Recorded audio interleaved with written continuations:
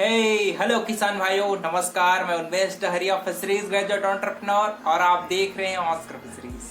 किसान भाइयों, जब भी मछली पालन की बात आती है तो सबसे ज्यादा जिस कंपोनेंट का हम लोग तालाब में प्रयोग करते हैं वो है आपका फर्मेंटेशन के लिए गोबर का प्रयोग करते हैं। लेकिन जब भी हम लोग तालाब की तैयारी करते हैं दोस्तों, तो उस समय एक बहुत ही आवश्यक जो वस्तु है वो है हमारा चूना, जिसको लाइम कहा जाता है।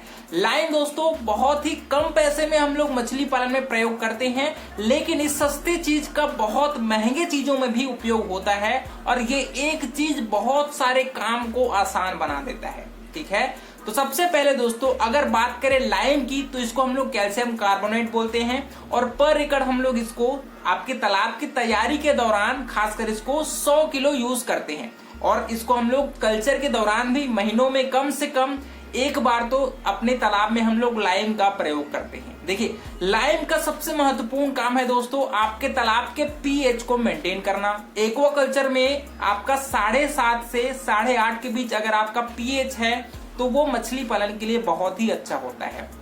बहुत जगह ये प्रॉब्लम आती है कि यार उनका जो मिट्टी होता है वो एसिडिक नेचर का होता है, मतलब उसका पीएच है वो आपके 6 से बहुत ज्यादा नीचे होता है। तो उस कंडीशन में भी हम लोग तालाब में अपने चूने का प्रयोग है वो बहुतायत से हम लोग करते हैं। साथ ही साथ आपको एक चीज जरूर पता होगा कि जब भी आपका तालाब का हरापन होता है, हरापन किस वजह से होता है? जब आपके तालाब में दोस्तों न्यूट्रिएंट्स की अवेलेबिलिटी ज्यादा हो जाता है या फिर ऑर्गेनिक लोड आपके तालाब में बढ़ जाता है, तो उसकी वजह से भी आपके तालाब का पानी बहुत ज्यादा हरा हो जाता है, उसमें काई लग जाता है आपके तालाब के सरफेस में।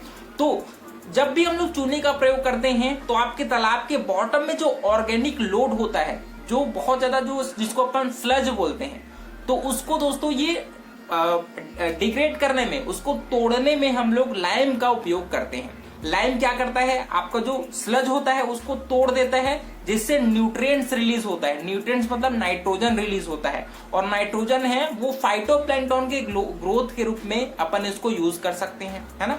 इसके अलावा दोस्तों आपका फाइटोप्लैंक्टन को ग्रोथ के लिए आपके लाइमिंग का बहुत ज्यादा हम लोग मदद लेते हैं, क्योंकि लाइमिंग में दोस्तों कैल्शियम होता है, फास्फेट होता है और आपको पता होगा कि आपके फाइटोप्लैंक्टन के ग्रोथ के लिए नाइट्रोजन, फास्फेट और आपका पोटेशियम, ये 3 इंपॉर्टेंट जो मिनरल्स होता है वो फाइटोप्लैंक्टन के ग्रोथ के लिए बहुत ही ज्यादा मददगार साबित होता है।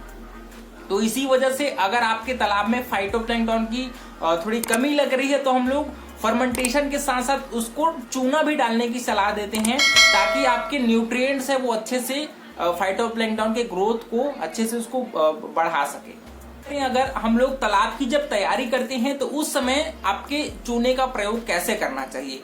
जैसे दोस्तों मान लीजिए आपने तालाब को तैयार कर लिया, आपने पहले सुखाते हैं तालाब को, ठीक है। उसके बाद जब उसको जुताई करवा देते हैं, तालाब को जुताई करने के पश्चात ही हम लोग अपने तालाब में चूने का प्रयोग करते हैं। पर एकड़ कम से कम आपको 80 किलो चूने का प्रयोग करना चाहिए, है ना। और तालाब की जुताई हो गया, फिर आपने चूना डाल दिया, उसके बाद आप कम से कम उसमें 3 फीट का पानी का लेवल है वो उसको आप मेंटेन रखिए। उसके बाद ही आप उसमें फर्मेंटेशन मतलब गोबर को फर्मेंटेट करके अपने तालाब में डालिए। फिर जब आपका तालाब के पानी का कलर है वो थोड़ा सा हरा हो जाता है, तब हम लोग उसमें 6 फीट तक पानी और ऐड कर देते हैं। टोटल 6 फीट मतलब 5 से 6 फीट तक आपका पानी की गहराई हो गई। उसके बाद हम लोग उसमें अपने बच्चों को छोड़ते हैं, जो आपका फिंगरलिंग साइज का बच्चा होता है उसको। साथ ही साथ जब भी आपके तालाब का पीएच घट जाता है तब हम लोग लाइमिंग का प्रयोग करते हैं, ताकि आपका जो पानी है वो एल्कालाइन रहे और एल्कालाइन कंडीशन में आपके मछलियों के बीमारी लगने के चांसेस है वो बहुत ही कम हो जाता है। क्योंकि क्या होता है, एल्कालाइन से आपकी मछलियों को दोस्तों न्यूट्रिएंट्स मिलता है, कैल्शियम, फास्फेट, ये सारे जो मिनरल्स होते हैं वो मछलियों के ग्रोथ के लिए बहुत ही हेल्पफुल होता है। साथ ही साथ ये मछलियों को बीमारियों से भी बचाता है। आपने सुना होगा कि तालाब में अमोनिया गैस बन गया जिससे सारी मछलियां मर गई, तो हमारी जो लाइम होता है, चूना होता है दोस्तों, वो तालाब के जो ऑब्नॉक्सियस गैसेस होते हैं, जो टॉक्सिक गैसेस होते हैं, उसको ये बाहर निकालने में बहुत ज्यादा मददगार साबित होती है। इसी वजह से जब भी अमोनिया गैस बने या फिर आपके तालाब से थोड़ा सा बास आए, तब आपको अपने तालाब में चूने का प्रयोग आवश्यक रूप से करना चाहिए, है ना। इसका डोज आपको मैंने बता दिया है। और समय समय पर इनिशियल में हम लोग 100 किलो डालते हैं पर एकड़ के हिसाब से चूना, लेकिन जब हम लोग उसको बेसल डोज डालते हैं तालाब में, मतलब कल्चर के दौरान और बीज में हम लोग जब चूने का प्रयोग करते हैं, तो पर एकड़ कम से कम आपको 50 किलो चूना है वो रेगुलर महीने में एक बार अपने तालाब में डालना चाहिए। तो किसान भाई, इस प्रकार से मैंने सभी इंपॉर्टेंट चीजों को चूना के बारे में आपको बता दिया है। इसके अलावा भी आपके मन में कुछ सवाल होंगे, उसको नीचे कमेंट कर सकते हैं। हम आपको सही सलाह देते हैं और हमेशा आपको अच्छे वीडियो ला करके आपको हेल्प करने की कोशिश करते हैं। तो वीडियो को लाइक जरूर करिए। ऑस्कर फिशरीज पर नए हैं तो चैनल को सब्सक्राइब करना बिल्कुल मत भूलिएगा। मिलता है अगले वीडियो में किसान भाइयों, तब तक के लिए बड़ों का सम्मान करिए, छोटों को प्यार करिए और खुद का ढेर सारा ख्याल रखिए। Thank you, thanks for watching.